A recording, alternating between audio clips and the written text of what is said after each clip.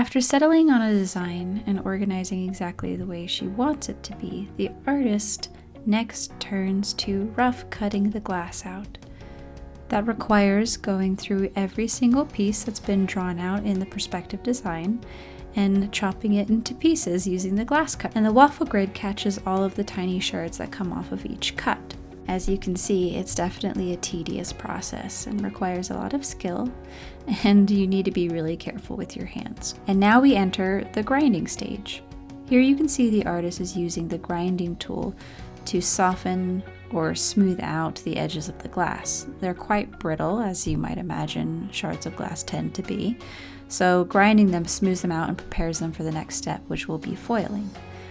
The glass grinder is a type of wet sander with diamond-studded grinding bits. She also uses these to help shape the pieces, adding dips and curves and getting a really organic feel for the land pieces she's applying. Next is foiling the glass pieces. Now, foiling is just the step where she wraps everything in copper wire that has a silver backing.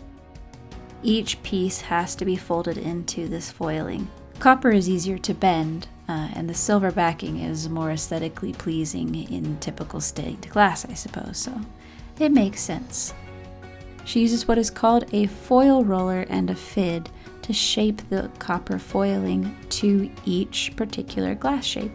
You can see it requires a lot of patience, what it looks like at least, and it requires a lot of careful, tedious maneuvering.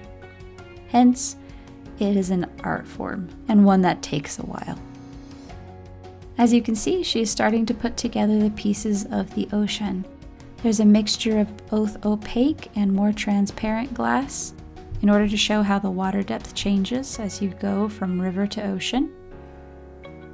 There is also a mixture of different colors, deeper blues, lighter blues, and more turquoisey blues, in order to represent the different colors you'll see at the coast.